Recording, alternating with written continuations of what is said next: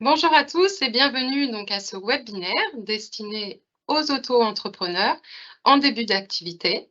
Alors, je m'appelle Karen Ahmed-Lemine, je suis cadre technique au sein du service relations de service et partenariat de l'URSSAF Limousin et je vais co-animer cette présentation avec ma collègue Eva.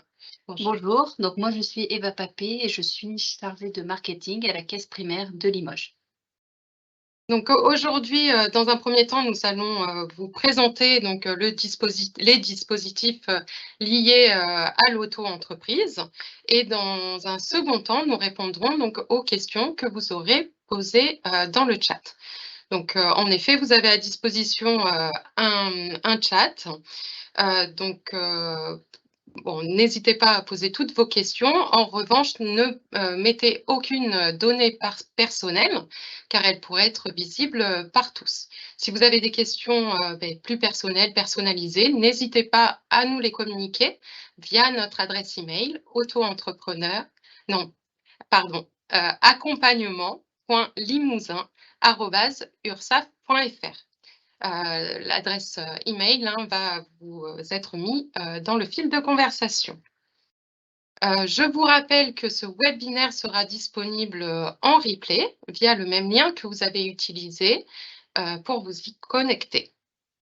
En fin de présentation, nous vous proposerons de compléter un questionnaire de satisfaction afin d'enregistrer vos besoins et de nous permettre de répondre à vos attentes.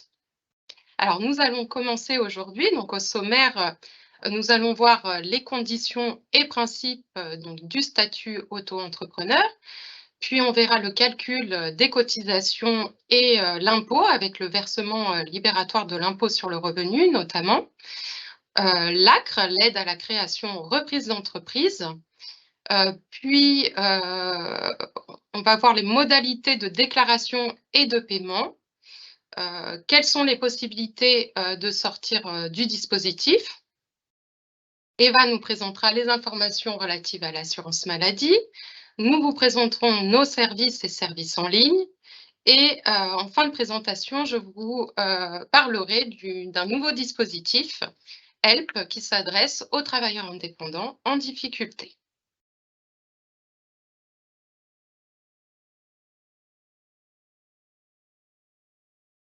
Alors, en auto-entreprise, vous relevez d'un statut de l'entreprise individuelle et donc vous êtes sous un régime de la micro-entreprise, donc un régime micro-fiscal et micro-social, qui implique donc des déclarations de chiffre d'affaires. Aucune charge n'est déductible.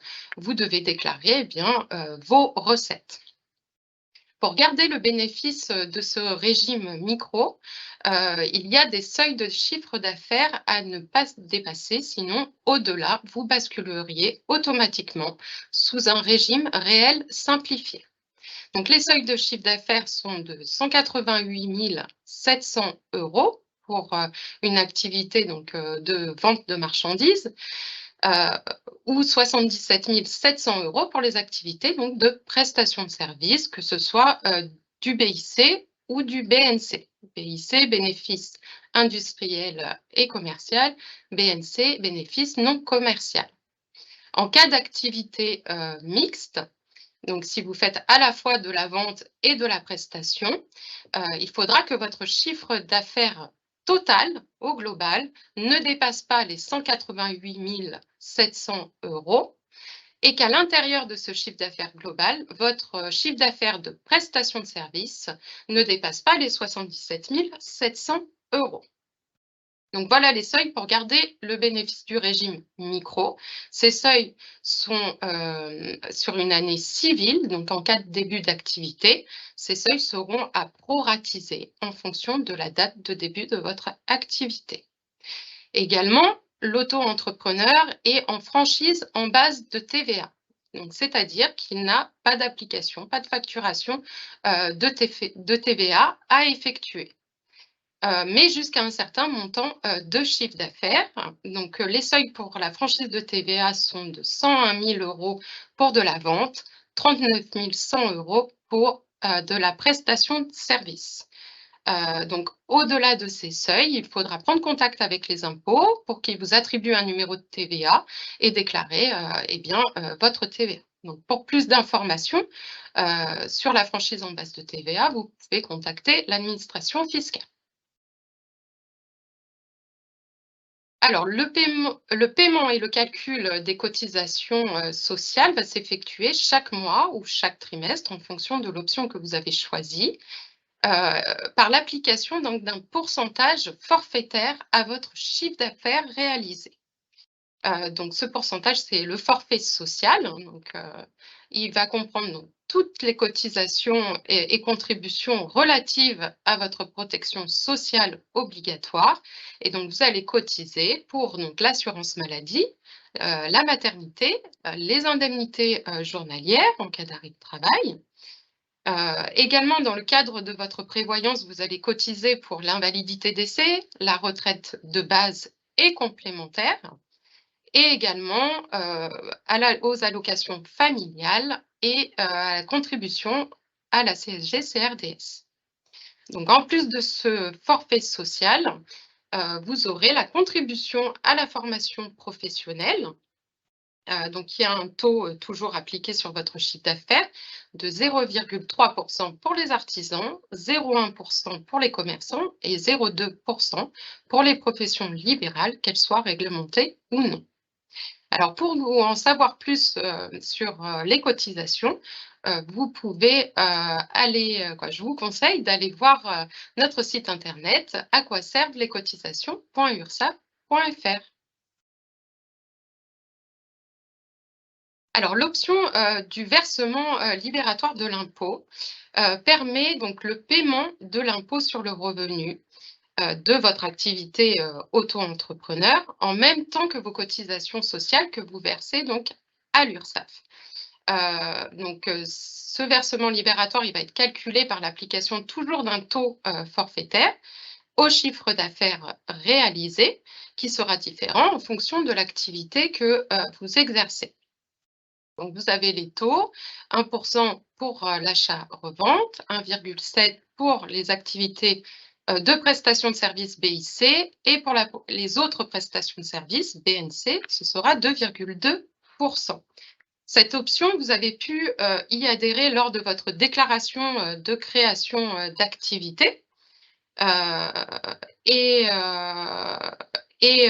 si vous souhaitez renoncer ou adhérer à cette option, alors déjà, dans un premier temps, je vous conseille de bien regarder les conditions sur impôts.gouv.fr, hein, il y a des conditions, et même vous pouvez effectuer une simulation.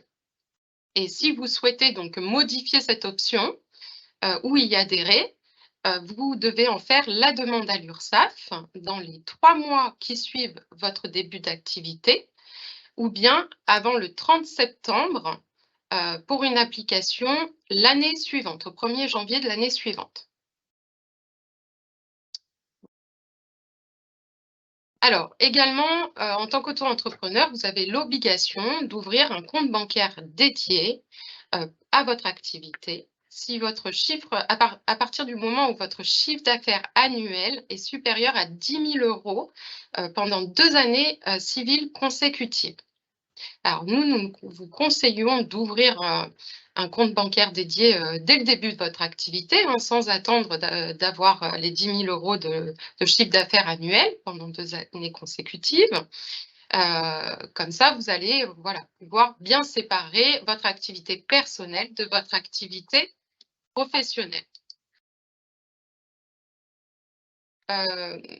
Et donc, vous avez aucun compte, excusez-moi, vous n'avez aucune obligation d'adhérer à un compte bancaire professionnel. On parle de compte bancaire dédié, donc vous pouvez très bien ouvrir un autre compte bancaire personnel, mais que vous allez réserver à votre activité donc professionnelle.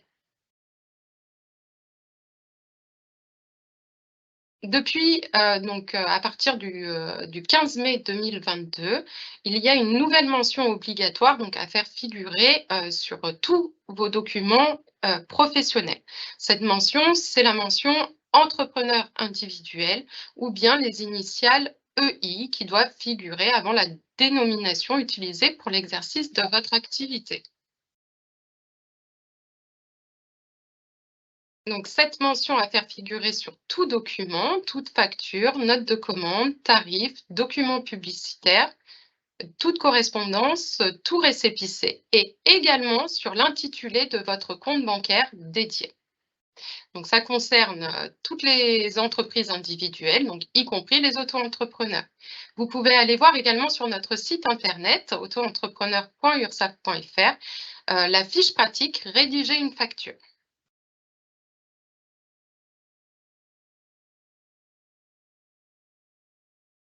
Donc, pour le calcul des cotisations, nous avons vu, il se fait par l'application d'un pourcentage forfaitaire. Ce pourcentage a changé à compter du 1er octobre. Il y a eu une baisse des cotisations. Donc, si vous aviez consulté les taux avant cette date, voilà, ça a changé. Les taux sont différents. Donc, vous les voyez dans le tableau ci-dessous. Donc, par exemple, pour de l'achat revente de marchandises, le taux actuellement est de 12,30 pour la prestation de service BIC, 21,20. Et donc, à ce taux s'ajoutera le taux qu'on a vu également précédemment concernant la contribution à la formation professionnelle et également les taxes pour frais de chambre de commerce ou de métier.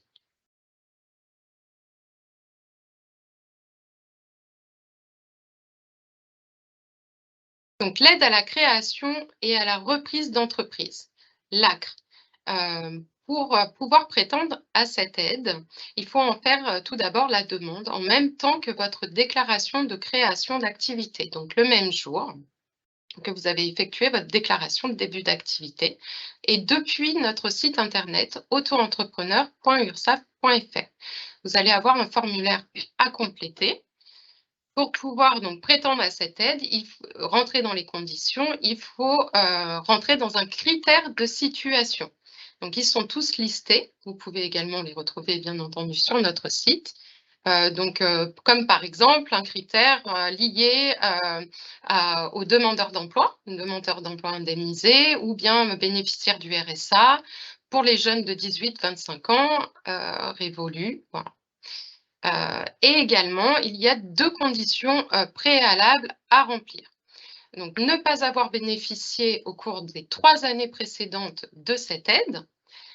Donc, ce délai de 3 ans va s'apprécier à compter de la cessation du bénéfice de l'ACRE, donc au titre d'une activité passée, parce que ces 2 conditions préalables vont s'appliquer plutôt aux personnes qui ont déjà eu une activité indépendante par le passé.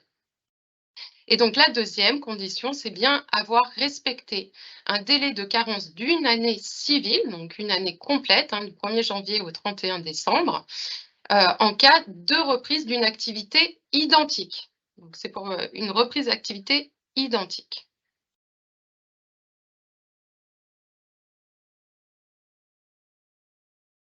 Alors, donc l'ACRE va vous permettre de bénéficier d'un taux minoré jusqu'à la fin du 3e trimestre civil suivant la date de début d'activité. Donc, par exemple, si vous avez créé une activité le 20 février 2023, donc c'est-à-dire à la fin du 1er trimestre de 2023, l'exonération sera appliquée jusqu'au 31 décembre 2023, jusqu'à la fin du 4e trimestre 2023. Si vous avez effectué une création au 3 avril 2023, donc début du 2e trimestre 2023, l'exonération ACRE sera appliquée jusqu'à la fin du 31 mars 2024, soit jusqu'à la fin du 1er trimestre 2024. Donc, dans le tableau ici, vous pouvez voir en fonction de l'activité, le taux de cotisation avec l'aide à la création reprise d'entreprise, donc avec l'ACRE, et sans ACRE, au taux plein. Donc, par exemple, pour l'activité prestation de service BNC, le taux ACRE va être de 10,60 €. Ce sera le taux appliqué au chiffre d'affaires pour le calcul des cotisations, au lieu de 21,10 qui est donc ce qu'on appelle le taux plein en régime de croisière.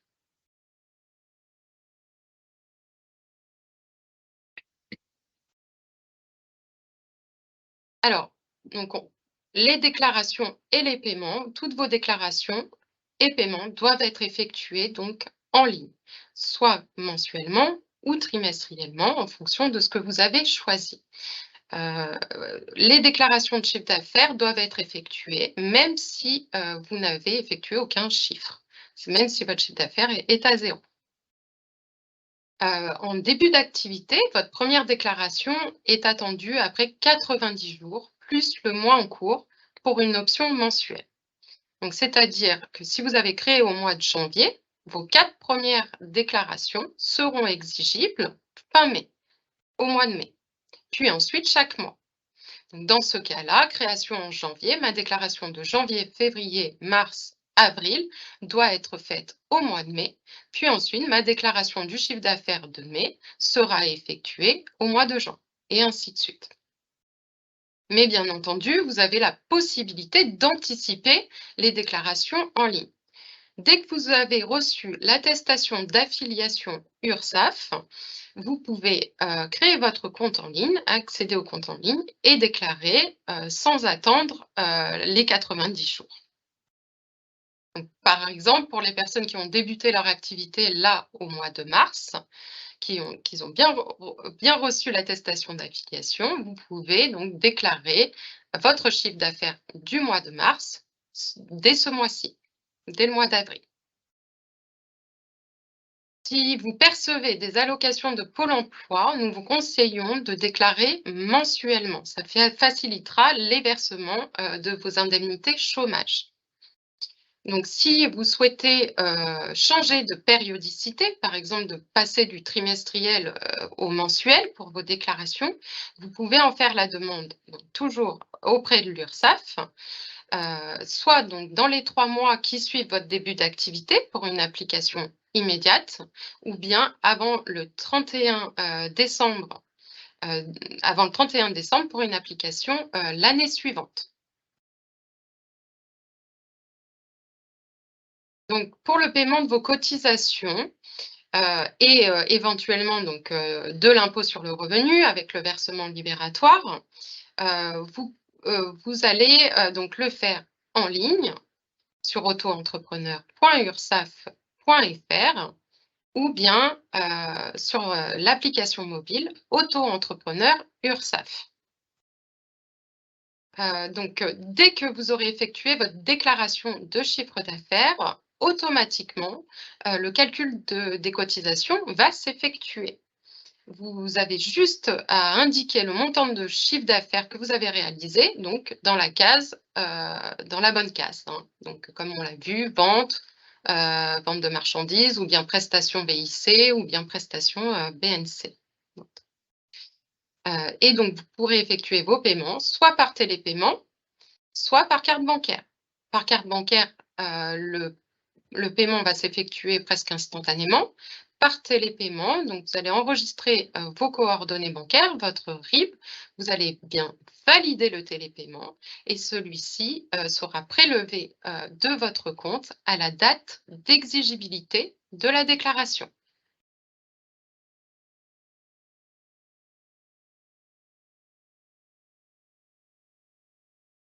Alors, il y a 4 façons de sortir du dispositif de la micro-entreprise. Donc, soit eh bien, par une bascule volontaire dans le régime réel d'imposition. Donc là, c'est vous qui demandez à changer de régime. Soit par un dépassement des seuils de chiffre d'affaires pendant 2 années consécutives. Donc, les seuils du régime micro que nous avons vus en tout début de présentation. Et donc là, si vous dépassez ces seuils, automatiquement, vous basculez en régime réel. Ou bien si vous avez déclaré un chiffre d'affaires à 0 pendant 24 mois consécutifs ou 8 trimestres consécutifs, Et donc là, l'URSSAF procédera donc à une radiation d'office. Avant de procéder à cette radiation, vous en serez informé préalablement par courrier, mais si vous ne vous manifestez pas, on procédera à cette radiation automatique. Ou bien, eh bien, parce que si vous souhaitez cesser votre activité, donc là, vous allez déclarer une cessation d'activité auprès du guichet unique de l'INPI et elle sera donc enregistrée.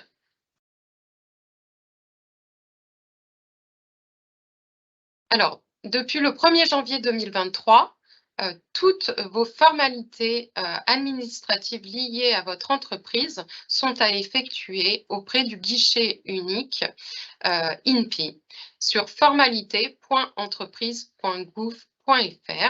Donc, pour toutes vos démarches, que ce soit une déclaration donc, de création d'activité, une modification d'adresse, d'activité, par exemple, ou bien pour le dépôt de documents ou une cessation d'entreprise, toutes les formalités, quel que soit votre statut, sont à effectuer donc sur le guichet unique INPI. Vous avez un contact téléphonique si vous aviez besoin de plus de précision ou si vous rencontrez des difficultés lors de la saisie de votre formalité. Et donc, je passe la parole à Eva pour vous présenter les informations liées à l'assurance maladie. Merci Karen. Mmh. Alors, avant toute chose, je vais vous parler des droits que vous pouvez avoir à l'assurance maladie concernant les soins courants. Pour tout ce qui concerne donc les soins courants, on va parler de consultations médicales, on va parler de passage au laboratoire, des actes de pharmacie, etc. Vous êtes pris en charge au même titre que les assurés du régime général, sauf pour ce qui est de l'accident du travail, on va en parler un petit peu plus tard. Donc, vous êtes pris en charge au même taux de remboursement que le régime général. Donc, vous avez les taux qui sont affichés à l'écran. Par exemple, pour des analyses médicales, vous allez être pris en charge à hauteur de 60%. Pour de l'allocation d'appareillage, vous allez être pris en charge à 60%, etc. Concernant l'accident du travail, donc je vous disais, vous n'êtes pas pris en charge, par l'assurance maladie. Donc, il faut que vous puissiez, pour pouvoir être couvert, il faut que vous, souscriviez à une assurance volontaire individuelle. Donc c'est une assurance, que vous pouvez souscrire en remplissant le formulaire de demande d'admission à l'assurance volontaire individuelle que vous pouvez retrouver sur le site amélie.fr. Donc c'est le site de l'assurance maladie et vous le complétez et vous le renvoyez à votre caisse primaire. Vos droits prendront effet donc le premier jour du mois qui suivent la décision de la caisse primaire de vous accorder ou non, cette assurance volontaire et les droits cesseront au dernier jour du trimestre civil en cours, sous réserve que vous ayez acquitté vos cotisations à l'URSSAF. En tant que travailleur indépendant, donc vous n'êtes pas assuré comme les travailleurs salariés du régime général. Donc le risque accident du travail et maladie professionnelle n'est pas couvert, d'où la souscription à cette assurance volontaire individuelle. Alors, qu'est-ce qu'elle couvre, cette assurance volontaire individuelle? Elle va vous permettre donc d'accéder au remboursement de vos frais de santé, au versement d'une indemnité en capital ou d'une rente en cas de déclaration d'inaptitude par l'assurance maladie et éventuellement le remboursement de frais funéraires et le versement d'une rente aux ayants droit en cas de décès. Quelle cotisation? Donc la cotisation, elle est calculée à partir du revenu annuel et il existe un taux défini pour chaque profession, en fait. Donc, pour, la base de calcul de cette cotisation, on prend donc le revenu annuel que vous avez déclaré lors de votre demande d'admission à l'assurance volontaire accident du travail, maladie professionnelle. Ça nous sert de base de calcul et à ce moment-là, donc ça nous sert de base de calcul, pardon, à la cotisation et d'autre part, ça nous sert aussi, pour le calcul des indemnisations. Donc je vous en parlais, l'indemnité en capital ou en rente en cas d'incapacité permanente. Pour information, depuis le 1er avril 2023, donc ce revenu de base ne peut pas être inférieur au revenu minimum fixé à 20 049,09 € Et le revenu maximum, lui, correspond au plafond annuel de la sécurité sociale, à savoir 43 292 €, toujours pour l'année 2023. Ce sont les mêmes montants pour un conjoint collaborateur si vous souhaitiez souscrire également cette assurance volontaire pour le conjoint collaborateur. Le taux de cotisation applicable, je vous le disais, est déterminé par la caisse régionale et il correspond à celui de la profession diminué de 45%. Donc, votre statut vous donne droit également donc à l'indemnisation du congé maternité. Depuis 2019, la durée du versement des prestations, pour le régime des salariés classiques, on va dire, cette, durée dépend en fait du nombre d'enfants attendus et du nombre d'enfants que vous avez déjà attendus. Donc, vous voyez les 2 petits dessins qui vous sont proposés à l'écran. Le cas d'une grossesse simple, donc, il faut que vous ayez un congé maternité donc de 16 semaines à 6 semaines avant la date d'accouchement et 10 semaines après, si vous attendez votre première ou votre second enfant. Et si vous attendez le troisième, on parle de 26 semaines, 8 semaines avant, 16 semaines après. Concernant les grossesses multiples, si vous attendez les jumeaux, on est sur 12 semaines puis 22 semaines. Et si vous attendez des triplés et plus, on est sur 24 semaines et 22 semaines après la venue au monde des enfants. Quelles prestations, vous allez avoir? Vous aurez une allocation de repos maternel et vous aurez également une indemnité journalière d'interruption d'activité ou indemnité de remplacement pour les conjointes collaboratrices. Alors, à l'écran, vous avez les montants pour l'année 2023. Donc, d'une part, le premier tableau, c'est l'allocation forfaitaire de repos maternel. Donc, je vous en parlais tout à l'heure. Donc, cette allocation est versée en 2 fois. La première fraction est versée au début du congé maternité. La deuxième fraction est versée après les 8 semaines de congé obligatoire. Alors, petite information, pourquoi 8 semaines de congé obligatoire? Parce que, cette notion n'était pas précisée jusqu'à il y a peu, dans les textes et on s'est aperçu qu'il y a des personnes qui ne prenaient pas, minimum ces 8 semaines et il y a eu d'énormes conséquences au niveau santé, tant pour la santé des mamans, en termes de burn-out que pour la santé des bébés, venus au monde. Donc vraiment, il faut s'arrêter 8 semaines, quitte à justement avec, l'allocation forfaitaire plus les indemnités journalières, peut-être prendre quelqu'un en complément, pour se faire accompagner pendant cette période d'inactivité ou d'activité moindre en tout cas. Concernant l'indemnité journalière, donc vous avez à l'écran les conditions, d'arrêt, minimum et maximum et les montants qui vous sont indiqués. N'hésitez pas à utiliser le simulateur d'indemnité journalière, maternité ou paternité, puisqu'on parle aussi du congé paternité pour les papas, qui est disponible sur le site amélie.fr. Alors, une petite synthèse donc de ce à quoi vous pourrez prétendre, auprès de l'assurance maladie. Donc une prise en charge des indemnités journalières maladie, une prise en charge des indemnités journalières maternité et du congé paternité pour les papas, une prise en charge de vos indemnités journalières maladie, maternité et paternité, également si vous êtes dans une situation de polyactivité, parce que ça, c'est aussi des profils qui existent et qui sont pris en charge, au même titre que les travailleurs salariés. Une prise en charge au titre de l'invalidité, si vous étiez déclaré invalide par le médecin conseil ou par, le médecin du travail.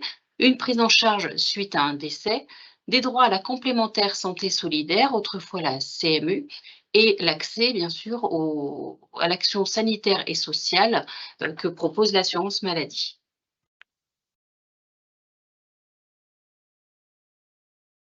Alors, en cas d'arrêt de travail pour maladie, quelles sont vos obligations? Donc votre médecin, bien sûr, indique sur votre avis d'arrêt de travail si vous êtes autorisé ou non à quitter votre domicile pendant votre arrêt de travail pour maladie. Votre caisse primaire d'assurance maladie, sachez-le, peut contrôler si vous êtes bien présent chez vous pendant toute la durée de votre arrêt de travail, pardon, y compris les samedis, les dimanches et les jours fériés. Votre revenu pendant cet arrêt de travail, donc l'assurance maladie peut vous verser des indemnités journalières qui sont destinées à compenser en partie les revenus ou les allocations que vous ne pourrez pas toucher puisque votre état de santé ne vous permet pas de continuer votre activité. Et en cas de prolongation d'arrêt de travail, bien évidemment, il faut donc qu'un certificat de prolongation soit rédigé par un médecin et que vous nous l'adressiez dans les 48 heures. Au niveau de l'indemnisation, donc vous pouvez prétendre, je vous le disais, à une indemnité journalière à la condition d'avoir des droits ouverts. Donc la condition, c'est un minimum de 12 mois d'affiliation continue au titre de votre activité de travailleur indépendant auprès de l'URSSAF. Petite information qui peut vous rassurer peut-être, c'est si jamais votre activité n'a pas encore une ancienneté de 12 mois, l'assurance maladie ira chercher historiquement dans votre dossier professionnel, si par exemple vous étiez sur une activité salariée avant cette activité de travailleur indépendant ou si vous étiez indemnisé par Pôle emploi, nous irons voir quelles étaient vos ressources précédentes pour de toute façon ne pas vous laisser sans indemnisation pendant cette période d'arrêt maladie. Quels sont les éléments à fournir à la caisse primaire pour être payé au niveau de vos indemnités journalières maladie? Rien. Il existe un web service, donc un service informatique qui lie l'assurance maladie et l'URSSAF. Et donc l'URSSAF communique à l'assurance maladie le montant des revenus d'activité annuels moyens qui correspond à la moyenne des revenus cotisés des 3 années civiles précédant l'arrêt de travail pour permettre le paiement de ces indemnités journalières. Et je vous le disais, nous irons toujours chercher dans votre historique professionnel, voir s'il y a des éléments nous permettant de vous indemniser si jamais vous n'avez pas suffisamment cotisé. Alors, cette indemnité journalière, donc, elle est égale à 50 du revenu déclaré annuel moyen sur les 3 dernières années dans la limite du plafond de la sécurité sociale. Donc on parle du RAM divisé par 730. Vous avez, à l'écran donc le revenu annuel moyen. S'il est inférieur à 4 113,60 €, vous ne pourrez pas prétendre à l'indemnité journalière. S'il est supérieur à cette somme, vous pourrez prétendre à une indemnité journalière qui varie de 6,03 € à 60,26 €. 60,26 € étant l'indemnité journalière maximum limitée par le plafond de la sécurité sociale. Alors, l'action sanitaire et sociale spécifique pour les travailleurs indépendants, donc le service action sanitaire et sociale de la caisse primaire a vraiment développé 4 axes spécifiques pour le public que vous représentez. Donc, vous pouvez prétendre à une aide financière exceptionnelle pour les invalides actifs. Je vous laisse lire le développé de cette présentation. Vous pourrez également retrouver tous ces éléments sur le site amélie.fr. Vous pouvez également prétendre donc à une aide au répit pour le travailleur indépendant actif. Il existe aussi une solution d'aide au maintien dans l'activité professionnelle pour les indépendants. Donc là, c'est dans le cadre essentiellement des handicaps et des maladies invalidantes. Et enfin, si vous êtes travailleur indépendant en arrêt, vous pouvez prétendre à un accompagnement pour prévenir la désinsertion professionnelle, c'est-à-dire dans le cas où vous ayez des problèmes de santé qui puissent avoir une conséquence directe sur votre activité indépendante. On peut essayer de vous accompagner pour une éventuelle reconversion, par exemple, ou une transformation de votre activité professionnelle.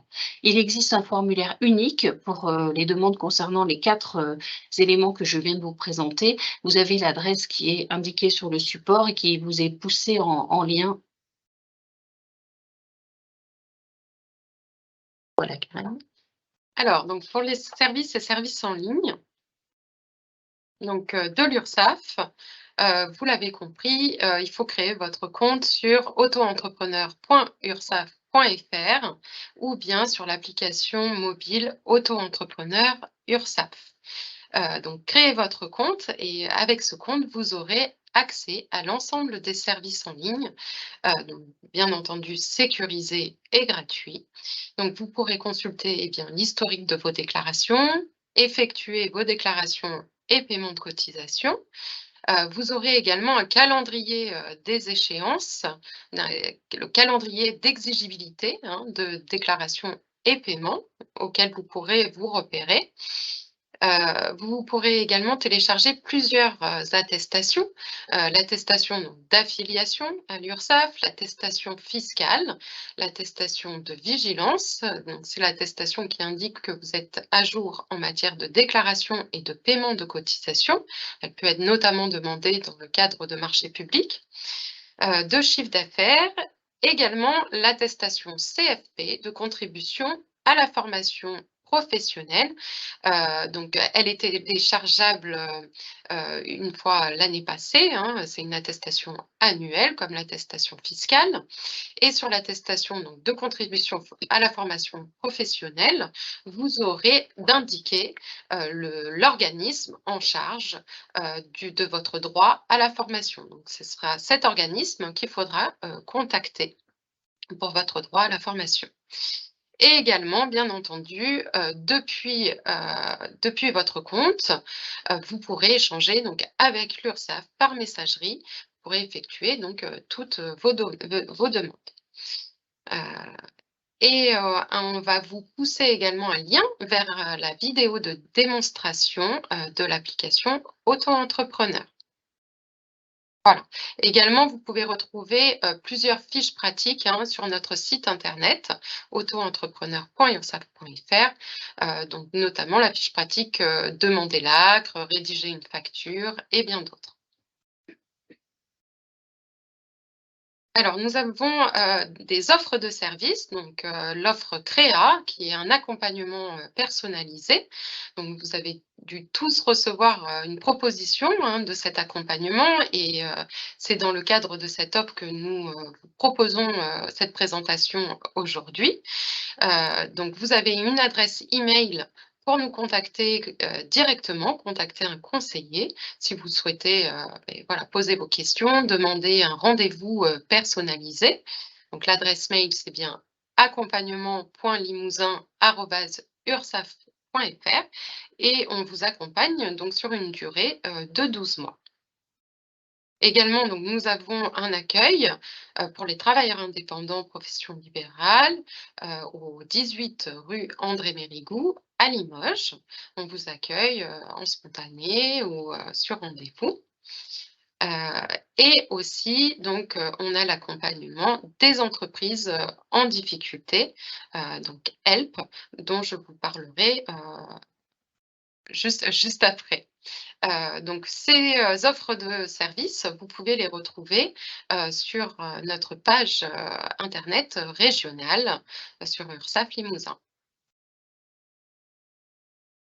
Également, pour plus d'informations, donc, nous avons une chaîne nationale YouTube, l'actu des URSSAF, où vous pouvez retrouver diverses vidéos et notamment des petites vidéos courtes qui s'appellent la Minute Auto-entrepreneur. Et nous avons aussi une chaîne régionale YouTube que vous pouvez consulter, où vous retrouverez le replay également de ce webinaire. Nous également, donc, vous pouvez nous trouver sur Twitter et sur LinkedIn. Ah, Eva.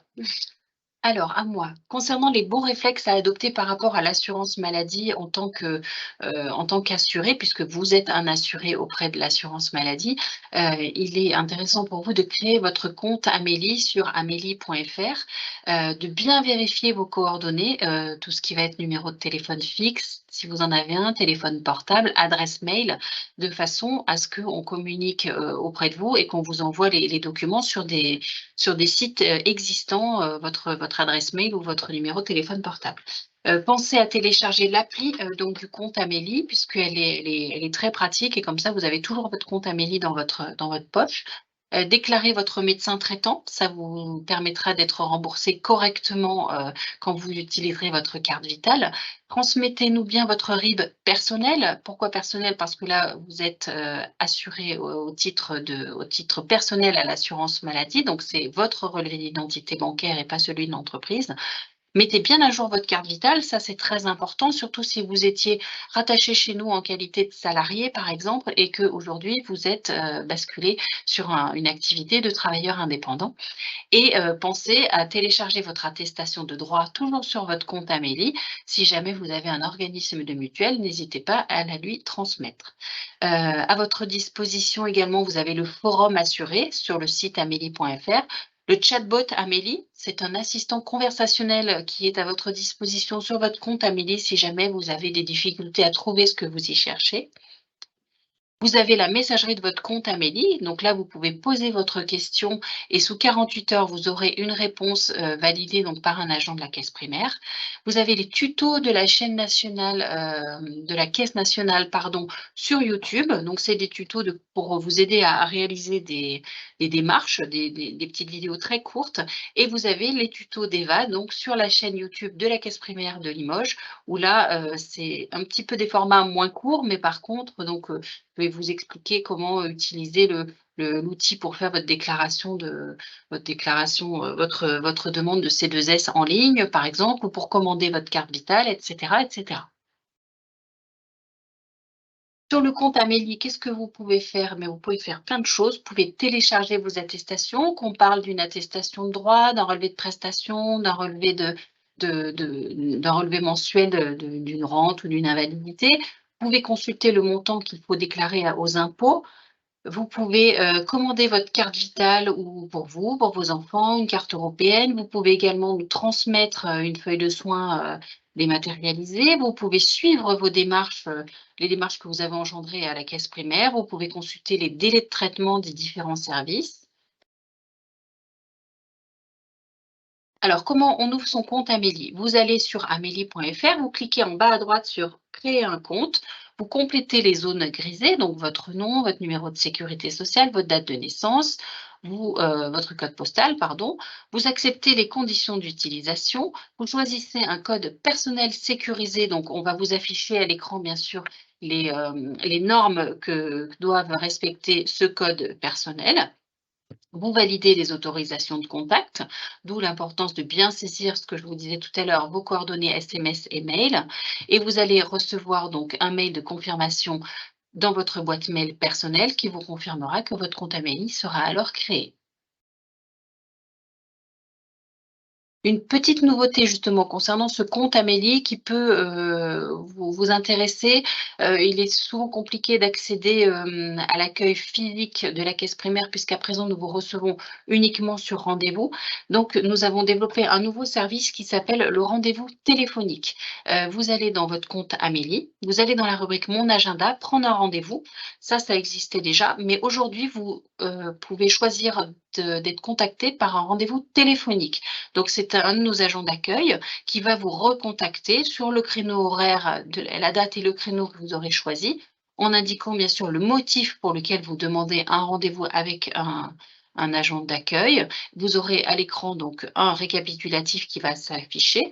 Vous allez cliquer sur Je confirme. Ce rendez-vous va être automatiquement injecté dans la rubrique agenda de votre compte Amélie. Et puis à ce moment-là, surtout, bien vérifier que votre numéro de téléphone est correct de façon à ce qu'on puisse vous rappeler le jour J. Et enfin, je vous parle rapidement de mon espace santé. Mon espace santé, c'est en fait un carnet de santé numérique. Quand on était un peu plus jeune, on avait tous un carnet de santé version papier. Aujourd'hui, mon espace santé remplace ce carnet de santé papier. Donc, on est sur un carnet de santé numérique. C'est un dossier médical qui contient pardon, l'ancien DMP. Vous avez dû recevoir au cours du printemps 2022 un courrier ou un mail qui vous informait de l'ouverture de cet espace santé et il était demandé donc à la population française rattachée à la caisse primaire et aux autres régimes de s'opposer à l'ouverture de cet espace santé. Donc si vous ne vous êtes pas opposé, vous faites partie des 98% des Français qui ont d'ores et déjà un espace santé ouvert. Si jamais vous ne retrouviez pas ce courrier ou ce mail, n'hésitez pas à téléphoner au 34 22 et vous serez accompagné pour l'ouverture et ensuite l'accès à cet espace santé. Alors, il contient votre dossier médical. Vous pouvez vous-même ajouter des documents dedans. Vous pouvez injecter des photos via votre smartphone de résultats de laboratoire, de comptes rendus opératoires, etc. Il contient aussi une messagerie pour que vous puissiez échanger avec un professionnel de santé en sécurité. Depuis novembre 2022, il contient également un catalogue de services. Donc, vous avez des liens vers des sites de prévention, des portails patients, des différents sites informatifs en lien, bien sûr, avec votre santé. Et au courant de l'année 2023, on attend l'ouverture d'un agenda dans lequel, justement, vous pourrez gérer tous vos rendez-vous médicaux. Voilà. Merci Eva. Alors, je vais vous présenter donc l'offre HELP. Donc tout d'abord, HELP veut dire harmoniser les échanges entre les partenaires. Donc cette offre, elle est destinée aux travailleurs indépendants, artisans, commerçants, professions libérales, alors excepté les praticiens auxiliaires médicaux, qui rencontrent donc des difficultés, que ce soit pardon, sur le plan économique, sanitaire ou familial. Donc, ce dispositif va permettre de détecter, les difficultés, du chef d'entreprise et de sa famille sur l'ensemble du périmètre de la protection sociale. Puis ensuite de l'accompagner efficacement, rapidement, de traiter sa demande individuellement et localement par une gestion personnalisée et puis verser, le cas échéant, des prestations afin de lui venir en aide. Donc, HELP, s'est mis en place, à travers donc d'un partenariat, un partenariat avec tous les organismes de, la sécurité, sociale.